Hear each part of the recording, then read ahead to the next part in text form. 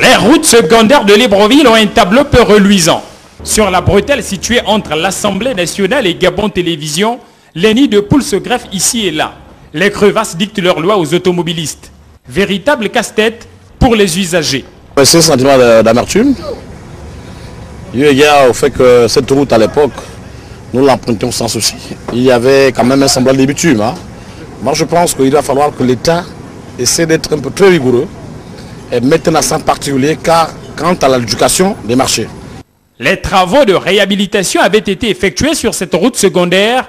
Quelques mois plus tard, le triste décor refait surface. On se demande alors si l'entreprise adjudicataire a réalisé un travail de fond.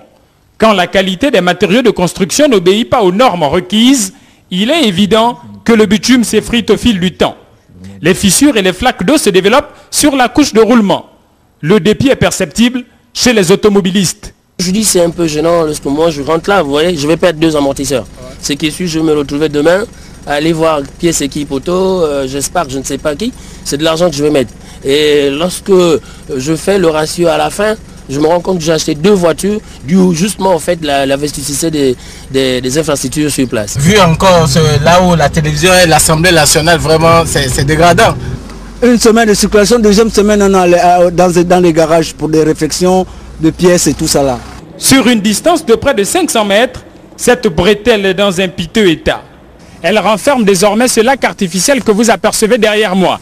Comment comprendre que la bretelle qui sépare Gabon Télévision de l'Assemblée nationale soit dans un état de délabrement avancé? L'entreprise adjudicataire a abandonné les travaux. Qu'est-ce qui serait à l'origine de cette situation?